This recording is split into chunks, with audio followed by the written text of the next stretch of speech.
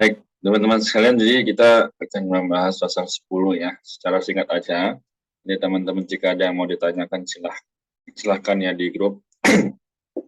Oke, baik.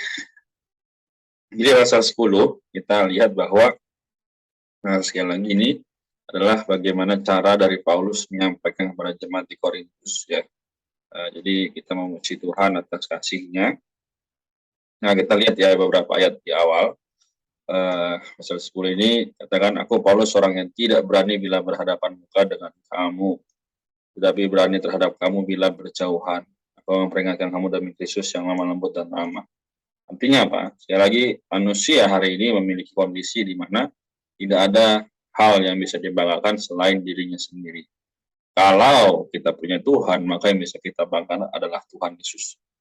Nah, maka sekarang kita harus melihat bahwa kondisi ini tidak normal ya.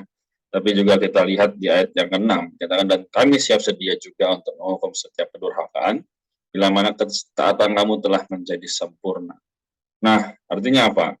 Kalau ada orang yang tidak taat terhadap firman Tuhan, ya, Rasul Paulus juga para rasul-rasul di sana, ya, rekan sekerjanya pasti akan dengan tegas menghukum ya, supaya tidak lagi terjadi ketidaktaatan.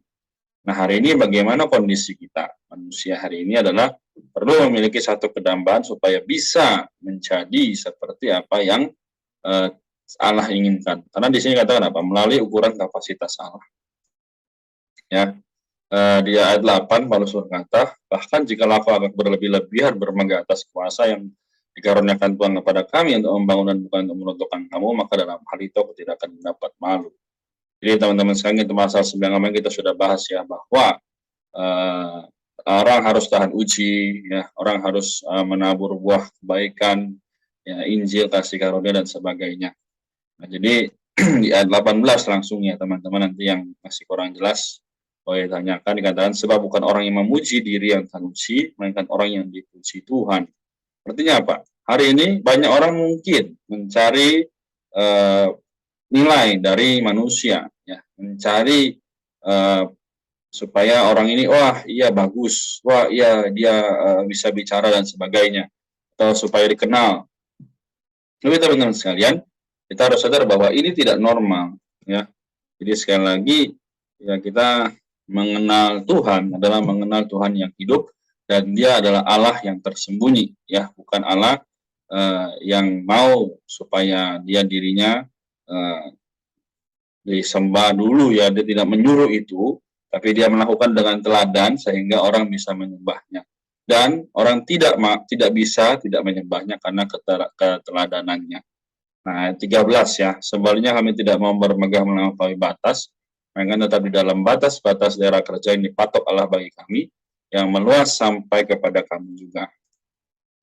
Nah, jadi ini adalah satu fakta, bagaimana kita harus menjadi orang yang terus bermegah dalam Kristus, meninggalkan segala keinginan supaya kita dikenal, tapi supaya Kristus yang dikenal, ya. Jadi demikian, ya, semoga firman ini, 18 ayat ini tidak menjadi membingungkan, tapi boleh kembali menguatkan kita. Nah, di ayat 17 dibilang, tapi siapa saja bermegah, hendaklah ia bermegah di dalam Tuhan. Amin. Jadi dalam kesibukan, dalam hal apapun yang teman-teman kerjakan, jangan lupa ya, supaya Tuhan yang dimuliakan di dalam kita dan melalui kita. Bukan kita, wah si A ini bagus ya, si B ini bisa ya, bisa itu ya. Kalau sampai kita yang dikenal atau kita yang dipuji-puji, itu kita harus berdoa supaya Tuhan yang disembah dan puji. Amin. Demikian ya, 18 ayat. Nanti teman-teman kalau ada yang bingung, silakan ditanya. Tuhan Yesus memberkati.